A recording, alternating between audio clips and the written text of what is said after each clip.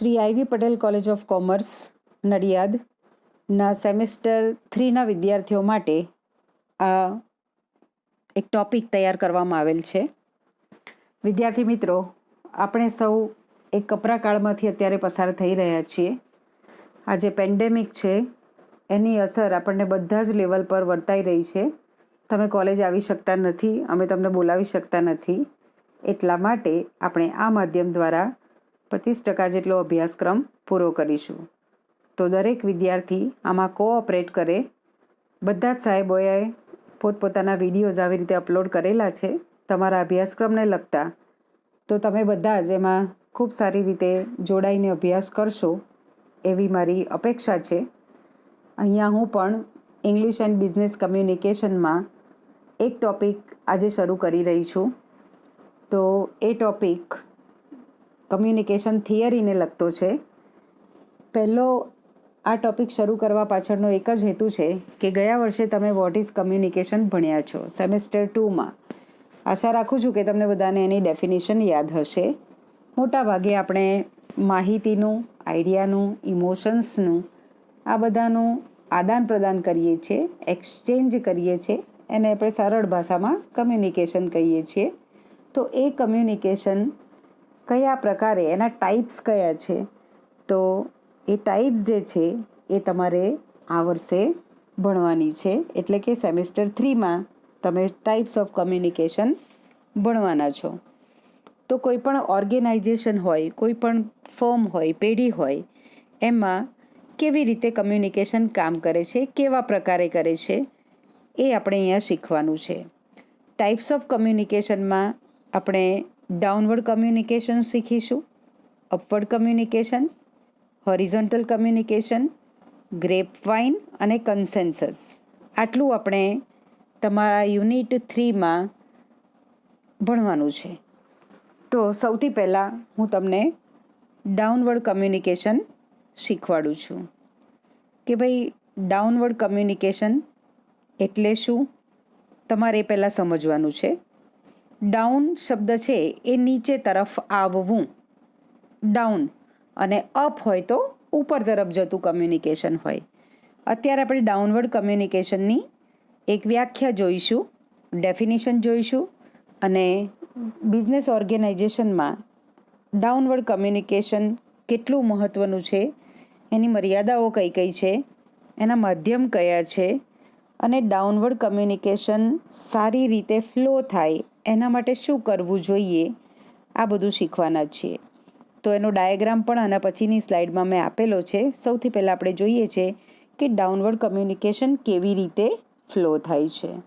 હવે તમારે અમુક શબ્દો અહીંયા શીખવા પડશે કે સુપિરિયર્સ કોને કહેવાય. તો જે ઊંચી પોસ્ટવાળા લોકો છે એને આપણે સુપિરિયર કહીશું, અને જે લોકોની પોસ્ટ નીચી છે એ બધા સબઓર્ડિનેટ્સ. તો આ બંને શબ્દો તમને ખ્યાલ આવી ગયો હશે. બીજું જે છે શીખવાનો વર્ડ છે હાયરાર્કી. હાયરાર્કિયલ પેટર્નમાં ડાઉનવર્ડ કમ્યુનિકેશન કામ કરે છે. શાબ્દિક અર્થ આપણે કરીએ હાયરાર્કિયલનો, હાયરાર્કી એટલે એ કાઇન્ડ ઓફ વંશાવલી. અહીંયા તમારે એવું ગુજરાતી અર્થ એવો એકદમ શાબ્દિક અર્થ કરવાનો નથી, પણ હાયરાર્કી એટલે જે સુપિરિયર્સ છે એમના તરફથી જે કંઈ માહિતી સંચાર થતો હોય એ માહિતી સંચાર પ્રોપર ચેનલ થ્રુ થાય. ડાયરેક્ટિવ જે છે એ સુપિરિયર્સ તરફથી આવતું હોય છે. તો હાયરાર્કી શબ્દ તમારે અહીંયા એક યાદ રાખવાનો છે. એ કેવી રીતે યાદ રાખવાનો છે હું તમને શીખવાડું છું. સૌથી પહેલાં ડાઉનવર્ડ કમ્યુનિકેશન એટલે શું? તો જે કમ્યુનિકેશન સુપિરિયર તરફથી સબઓર્ડિનેટ સ્ટાફ તરફ આવે એને આપણે ડાઉનવર્ડ કમ્યુનિકેશન કહીએ છીએ. તો જે કમ્યુનિકેશન છે, ડાઉનવર્ડ કમ્યુનિકેશન, એ તમે આ ડાયાગ્રામથી સમજી શકશો કે ભાઈ કોઈ પણ પેઢી છે, કોઈ પણ બિઝનેસ ઓર્ગેનાઇઝેશન છે, એમાં એક બોર્ડ ઓફ ડિરેક્ટર્સ હોય છે. જુદા જુદા ડિરેક્ટર્સ, જે બોર્ડ ઓફ ડિરેક્ટર્સ કહેવાય. ત્યાર પછી મેનેજિંગ ડિરેક્ટર્સ આવે છે, ડિપાર્ટમેન્ટલ મેનેજર્સ, એમના હાથ નીચે હોય છે સુપરવાઇઝર્સ, પછી ક્લર્ક અને લેબરર્સ. તો આ ડાયાગ્રામથી તમને ખબર પડશે. જો એરો જે છે ડાઉનવર્ડ બતાવેલો છે, તો સૌથી ઉપર કોણ હોય છે? પહેલાં ઓથોરિટી, બોર્ડ ઓફ ડિરેક્ટર્સ, એમના પછી managing directors, departmental managers, supervisors, clerks અને છેલ્લે તળિયાના જે લોકો છે જેને આપણે લેબરર્સ તરીકે ઓળખીએ છીએ. તો દરેક જે ઓર્ગેનાઇઝેશન છે એમાં આ રીતે સ્ટેજીસ આવતા હોય છે સિનિયોરિટીના. તો જે ઓથોરિટી છે, પાવર જેની પાસે છે, મોટાભાગે એ પાવરનો ઉપયોગ પોલિસી અથવા ડિસિઝન મેકિંગમાં બોર્ડ ઓફ ડિરેક્ટર્સ દ્વારા કરવામાં આવતો હોય છે. પછી આ પોલિસીનું એક્ઝિક્યુશન જે કરવાનું હોય છે, એ એક્ઝિક્યુશન કામ કરવાનું હોય છે, એનું કામ કોણ કરે છે? તો મેનેજિંગ ડિરેક્ટર્સ. મેનેજિંગ ડિરેક્ટર છે એ માહિતી પાસ કોને કરે છે? તો ડિપાર્ટમેન્ટલ મેનેજર્સને. ડિપાર્ટમેન્ટલ મેનેજર્સ પાસેથી ઇન્ફોર્મેશન સુપરવાઇઝર્સ પાસે આવે છે, ક્લર્ક પાસે આવે છે અને છેલ્લે કહીએ કે લેબરર્સ પાસે આ માહિતી પહોંચે છે. તો દરેક જે ઓર્ગેનાઇઝેશન છે એમાં આ રીતે ડાઉનવર્ડ કમ્યુનિકેશન મહત્ત્વનો ભાગ ભજવે છે. એટલે આને આપણે કહીશું કે ડાઉનવર્ડ કમ્યુનિકેશન છે એ ઓફિશિયલ છે. તો ઓફિશિયલ જે કમ્યુનિકેશન થાય છે એમાં માહિતી સંચાર ઉપર તરફથી છેક લેબરર પાસેથી આવે છે. એટલે ઓથોરિટેટિવ કહી શકાય એવું આ કમ્યુનિકેશન છે, જેને આપણે કહીશું કે હાયરાર્કી મેન્ટેન કરવામાં આવે છે, કોઈ વચ્ચેથી સ્કીપ થતું નથી. જો મેનેજિંગ ડિરેક્ટર્સને, ડિપાર્ટમેન્ટલ મેનેજર્સને માહિતી આપવાની હોય તો એ ત્યાં જ પહોંચાડે છે, એ સીધી માહિતી લેબરર્સ પાસે પહોંચી જતી નથી. તો આ રીતે તમે ડાયાગ્રામથી સમજી શકો છો કે માહિતી સંચાર જે છે એ ડાઉનવર્ડ આવે છે. તો આ ફોર્મલ કમ્યુનિકેશન છે. ફોર્મલ કમ્યુનિકેશન એટલે કેવું? તો ઓફિશિયલ કમ્યુનિકેશન. તો આ રીતે આપણે ડાયાગ્રામને યાદ કરી લેવાનો છે. પરીક્ષામાં પણ તમારે આ ડાયાગ્રામથી ડાઉન એરો બતાવીને બતાવવું પડશે કે આને આપણે ડાઉનવર્ડ કમ્યુનિકેશન કહીએ છીએ. હવે જે ડાઉનવર્ડ કમ્યુનિકેશન છે એના ઓબ્જેક્ટિવ્સ કયા છે એ જોઈશું. ઓબ્જેક્ટિવ્સમાં તમારે 4 ઓબ્જેક્ટિવ્સ યાદ રાખવાના છે. સૌથી પહેલો જુઓ, to give directives about a specific job. Job એટલે અહીંયા નોકરી એવો અર્થ કરવાનો નથી, પણ કોઈ પણ એક કાર્ય છે, સ્પેસિફિક જોબ, એમાં ડાયરેક્ટિવ આપવાનું કામ થાય છે. તો ડાયરેક્ટિવ કોણ આપી શકે? જેની પાસે ઓથોરિટી હોય તે. ડાયરેક્ટિવનો અર્થ આપણે શું કહીશું? આદેશ. તો ડાઉનવર્ડ કમ્યુનિકેશનમાં આદેશ આવતો હોય છે, ઇને વે હુકમ આવતો હોય છે, જેને બધાએ ફોલો કરવાનો હોય છે. તો આ જે ડાયરેક્ટિવ છે એ કોઈ ચોક્કસ કામ માટે આપવામાં આવે છે.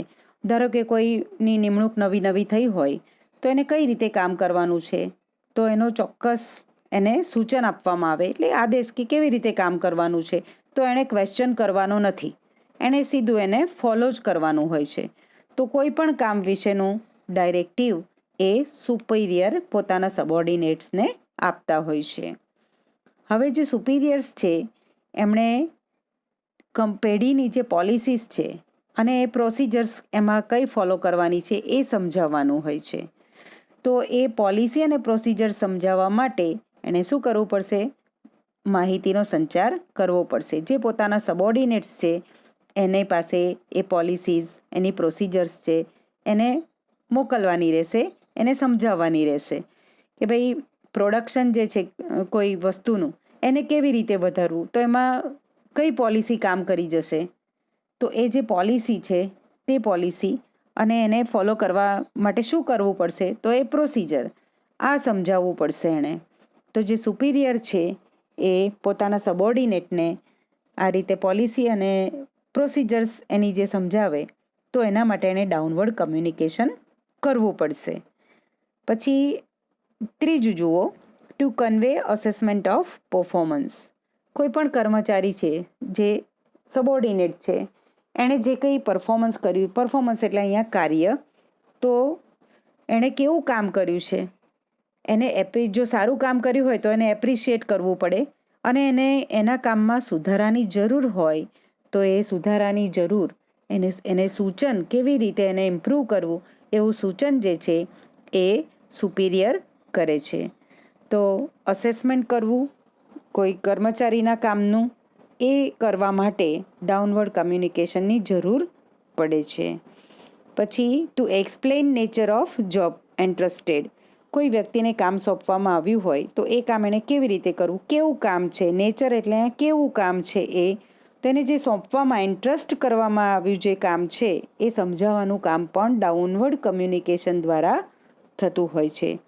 તો આ આપણે હેતુઓ જોયા કે ડાયરેક્ટિવ આપવું હોય, પોલિસી અને પ્રોસિજર સમજાવવી હોય, કોઈ વ્યક્તિનું પરફોર્મન્સ કર્મચારીનું એને એપ્રિશિએટ કરવાનું કામ હોય, અથવા એનું અસેસમેન્ટ કરવું હોય, અથવા તો જે કર્મચારીને કામ સોંપવામાં આવ્યું હોય એ કેવી રીતે કરવું, કામ કેવા પ્રકારનું છે, આ બધા માટે ડાઉનવર્ડ કમ્યુનિકેશન કરવું ખૂબ જરૂરી બને છે. ફરીથી યાદ કરાવું કે ઓથોરિટેટિવ એટલે કે સત્તાકીય એવું આ કમ્યુનિકેશન છે. ડાયાગ્રામ તમારે યાદ કરવાનો, માહિતી સંચાર ક્યાંથી ક્યાં થાય છે, તો એ માહિતી સંચાર કરવામાં શેની જરૂર પડે છે, તો ઓબ્જેક્ટિવ્સ કયા છે, હેતુઓ કયા છે, તો આ 4 હેતુઓ તમારે યાદ કરી લેવાના છે. ત્યાર પછી આપણે જોઈએ છે માધ્યમ, મીડિયા. ડાઉનવર્ડ કમ્યુનિકેશન જે છે એ કઈ રીતે પાસ ઓન કરી શકાય, તો મોટા ભાગે ડાઉનવર્ડ કમ્યુનિકેશન છે ઓરલ હોય છે, બોલીને કરેલું કમ્યુનિકેશન, જેને આપણે શું કહીશું, ઓરલ કમ્યુનિકેશન. તો જે ઓરલ કમ્યુનિકેશન છે એ સબોર્ડિનેટ્સને કરવામાં આવે છે, મોટાભાગે બોલીને. હવે જે ડાયરેક્ટિવ્સ છે, જે આદેશ આપવાનો હોય છે, એના માધ્યમ તરીકે આપણે 2 એક્ઝામ્પલ જોઈશું. લેટર્સ અથવા તો ઈમેલ્સ જે લખીને કરવામાં આવે છે. મોટાભાગે ડાઉનવર્ડ કમ્યુનિકેશન ઓરલી થતું હોય છે, પણ જે આદેશ આપવાના હોય છે એ લેટર્સ થ્રુ આપવામાં આવે છે અથવા ઈમેલ્સ થ્રુ. પછી પોલિસી અને પ્રોસિજર્સ છે એના માટે સર્ક્યુલર્સનો ઉપયોગ કરવામાં આવે છે અને મેન્યુઅલ્સનો. સર્ક્યુલર્સ એટલે એક જ પ્રકારની માહિતી બધા લોકો પાસે સર્ક્યુલેટ કરવાની હોય, પહોંચતી કરવાની હોય, એ પણ મોટાભાગે રિટર્નમાં હોય છે. તો પોલિસીસ અને પ્રોસિજર્સ આ જે છે એ લંબાણપૂર્વકનું કમ્યુનિકેશન હોય છે, શોર્ટ કમ્યુનિકેશન હોતું નથી, તો એ રિટર્નમાં કરવું જરૂરી હોય છે. એવી રીતે જે પેઢી છે એની એક્ટિવિટીઝ અને એચિવમેન્ટ્સ આ બંને એન્યુઅલ રિપોર્ટ થ્રુ કરવાનું હોય છે. આ ઉપરાંત જે ડાઉનવર્ડ કમ્યુનિકેશન થાય છે એ ઓડિયો વિઝ્યુઅલ મીડિયા દ્વારા પણ, ફિલ્મ્સ દ્વારા, સ્લાઇડ શો દ્વારા પણ કરવામાં આવે છે. તો આ જે છે આપણે માધ્યમ જોયા કે ડાઉનવર્ડ કમ્યુનિકેશન કયા માધ્યમથી કન્વે કરી શકાય છે, તો આ તમારે યાદ કરી લેવાના છે. હવે ડાઉનવર્ડ કમ્યુનિકેશનની મર્યાદાઓ જોઈશું, લિમિટેશન્સ. એમાં પહેલું છે અંડર કમ્યુનિકેશન ઓર ઓવર કમ્યુનિકેશન. જ્યારે કોઈ પણ ડાઉનવર્ડ કમ્યુનિકેશન થતું હોય ઓરલી, પર્ટિક્યુલરલી બોલીને જે કમ્યુનિકેશન કરવામાં આવે છે, એમાં ઘણી વખતે કેટલીક માહિતી જે છે એ ઉમેરાઈ જાય છે અથવા તો કેટલીક ઓછી થઈ જતી હોય છે. તો અંડર કમ્યુનિકેશન જે થાય છે એમાં ઇનકમ્પ્લીટ ઇન્સ્ટ્રક્શન હોય છે, જે સૂચનો હોય છે અથવા માહિતી છે એ અધૂરી પહોંચે છે. એટલા માટે એનું પરિણામ શું આવે છે, તો અનસેટિસ્ફેક્ટરી પરફોર્મન્સ. જે માણસને કામ કરવાનું હોય છે એ બરાબર કામ કરી શકતો નથી. કેમ, તો એની પાસે માહિતી ઓછી પહોંચી, કમ્પ્લીટ ઇન્ફોર્મેશન એની પાસે પહોંચી હોતી નથી. અને ઓવર કમ્યુનિકેશન, એમાં વધારે પડતું કમ્યુનિકેશન થઈ જાય છે, જે નથી પહોંચાડવાનું એ પણ પહોંચી જતું હોય છે. તો એમાં કોન્ફિડેન્શિયલ ઇન્ફોર્મેશન જે છે, ખાનગી એવી માહિતી રાખવાની હોય, એ પણ ઘણી વખતે બિનજરૂરી માહિતી એ પણ સુપિરિયર સબોર્ડિનેટને પહોંચાડી દેતા હોય છે. તો ઇરેલેવન્ટ ડિટેલ્સ બધી જે તે વ્યક્તિ પાસે પહોંચતી હોય છે. તો જે વ્યક્તિ કમ્યુનિકેશન કરે છે એને ધ્યાન રાખવાનું હોય કે માહિતી ઇનકમ્પ્લીટ પણ ના પહોંચવી જોઈએ, સાથે સાથે પ્લસ કરેલી અથવા ઓવર કમ્યુનિકેશન ના થઈ જાય એનું પણ એને ધ્યાન રાખવાનું હોય છે. પણ માણસોના સ્વભાવના કારણે આવું બની જતું હોય છે. બહુ લાંબી લાંબી માહિતી યાદ રાખવાની હોય તો અંડર કમ્યુનિકેશન થઈ જતું હોય છે. ઘણી વખત એ વ્યક્તિ અમુક ઇમ્પોર્ટન્ટ માહિતી આપવાનું ભૂલી જતા હોય છે. એના કારણે અંડર કમ્યુનિકેશન થઈ જાય છે અને માહિતી જો વધારે પડતી આપવામાં આવે તો પણ એ કામની હોતી નથી. તો આ પહેલી મર્યાદા હતી.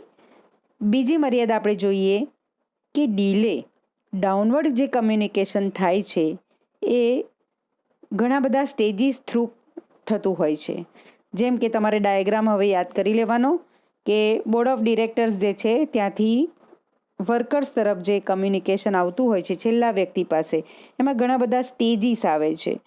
તો માહિતી ઘણી લાંબી હોય, ઘણી બધી સૂચનાઓ આપવાની હોય ઓરલી, તો બહુ સ્વાભાવિક છે કે અમુક ભૂલાઈ જતું હોય છે, જે આપણે અંડર કમ્યુનિકેશન ઓવર કમ્યુનિકેશનમાં જોયું. તો ઘણી બધી વખતે જે વર્કર પાસે માહિતી આવતી હોય છે એમાં લાંબો સમય પસાર થઈ જાય છે માહિતી પહોંચતા સુધીમાં, અને એ માહિતી ઘણી વખતે શું કહેવાય કે અગત્યની માહિતી હોય છે એ રહી જતી હોય છે અને સ્ટેજીસ થ્રુ આવતી હોય છે. આ હાયરાર્કિયલ કમ્યુનિકેશન છે એટલે ડાયરેક્ટ વર્કર પાસે માહિતી આવી જતી હોતી નથી. સેવરલ સ્ટેજીસ પસાર કર્યા પછી માહિતી આવતી હોય છે ત્યારે એ માહિતી પહોંચવામાં ઘણું બધું મોડું થઈ જતું હોય છે. ટાઈમ ઘણો એમાં પાસ થઈ જતો હોય છે. તો એની બીજી મર્યાદા છે. ત્રીજી મર્યાદા આપણે જોઈએ છે લોસ ઓફ ઇન્ફોર્મેશન. અગેન ઘણી બધી માહિતી વચ્ચેથી જતી રહેતી હોય છે. જે સુપિરિયર છે એ પોતાના સબોર્ડિનેટને જ્યારે માહિતી પાસ કરતો હોય છે ત્યારે માની લો કે 20% 20% જેટલું કમ્યુનિકેશન જે છે એ ઓછું થઈ જતું હોય છે. 5 થી 6 લેવલમાંથી એ પસાર થઈને આવે એટલા માટે એ ઘણી વખતે માહિતી એમાંથી ગુમ થઈ જતી હોય છે. તો લોસ ઓફ ઇન્ફોર્મેશન એ એક મર્યાદા છે ડાઉનવર્ડ કમ્યુનિકેશનની. અગેન અહીંયા હ્યુમન નેચર કામ કરી જાય છે તો માહિતી ઘણી બધી આમાંથી ઓછી થઈ જતી હોય છે. અને આ બધું સાથે આપણે જોઈએ તો ડિસ્ટોર્શન થઈ જાય છે. ડિસ્ટોર્ટ કરવું એટલે વિકૃત બનાવવું. જો અંડર કમ્યુનિકેશન થાય, ઓવર કમ્યુનિકેશન થાય, ડીલે થઈ જાય, લોસ ઓફ ઇન્ફોર્મેશન થઈ જાય, તો જ્યારે નીચેના વ્યક્તિ પાસે અથવા વર્કર પાસે આ માહિતી પહોંચે કે છેલ્લા વ્યક્તિ પાસે, ત્યારે માહિતી ટોટલી વિકૃત બની ગઈ હોય.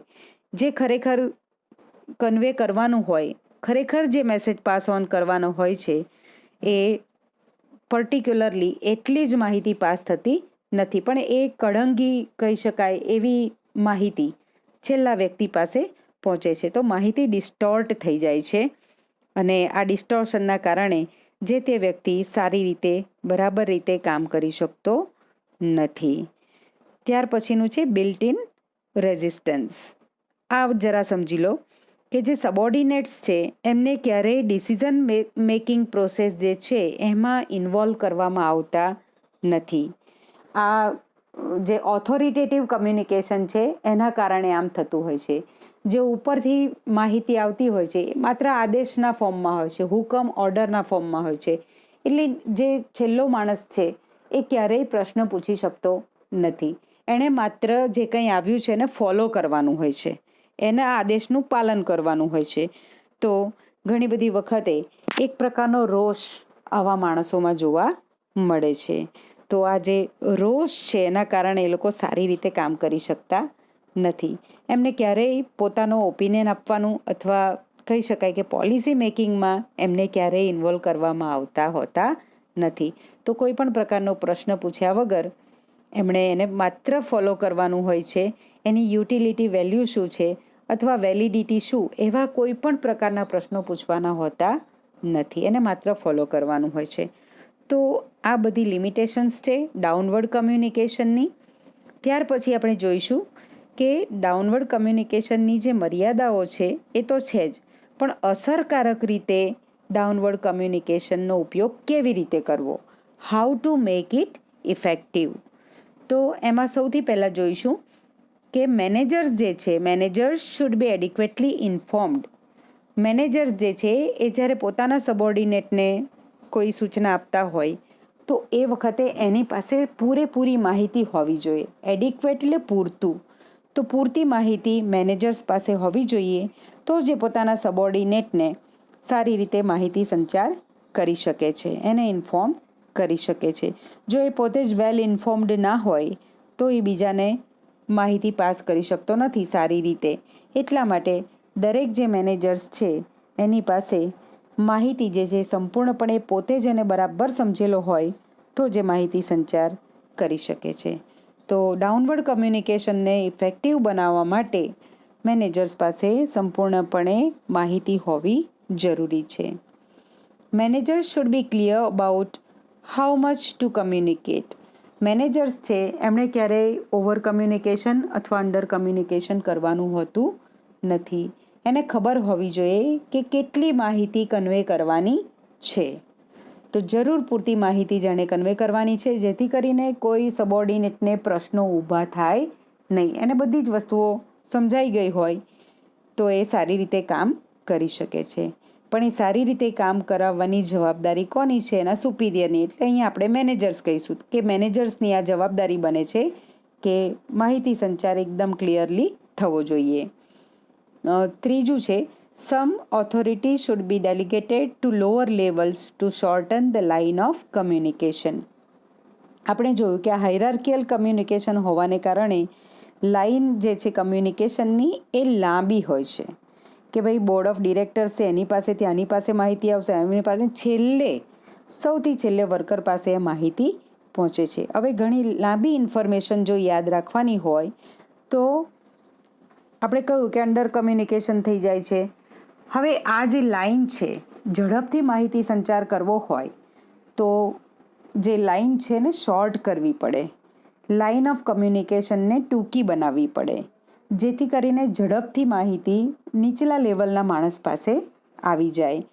પણ જો આમ કરવામાં આવે તો જે વચગાળાના માણસો છે, જેમ કે તમે ડાયાગ્રામમાં જોયું હશે કે બોર્ડ ઓફ ડિરેક્ટર્સ છે એની પાસેથી માહિતી મેનેજિંગ ડિરેક્ટર પાસે આવે, પણ બોર્ડ ઓફ ડિરેક્ટર સીધું ક્લર્ક અથવા તો જે લેબરર્સ છે એને ડાયરેક્ટ માહિતી પહોંચાડી શકતું નથી. કેમ? તો આ પેટર્ન કેવી છે? હાયરાર્કિયલ છે. એટલે કે સુપિરિયર છે એ પોતાના સબોર્ડિનેટને, એ સબોર્ડિનેટ એના સબોર્ડિનેટને એવી રીતે માહિતી સંચાર કરે છે. તો સીધું બોર્ડ ઓફ ડિરેક્ટર પાસેથી ક્લર્ક અથવા તો લેબરર્સ પાસેથી માહિતી આવી જતી નથી. અને એટલા માટે કોઈ વ્યવસ્થા હોવી જરૂરી છે, પણ આમ કરી શકાતું નથી. પણ જો માહિતી સંચાર કરેક્ટ વ્યક્તિ પાસે પહોંચે તો પરિણામ બહુ સારા આવે છે, પ્રોગ્રેસ થાય છે, કોઈ પણ કામની અંદર ડીલે થતું નથી અને ઓવરઓલ પ્રોગ્રેસ કંપનીનો અથવા તો ઓર્ગેનાઇઝેશનનો થતો હોય છે. Thank you very much.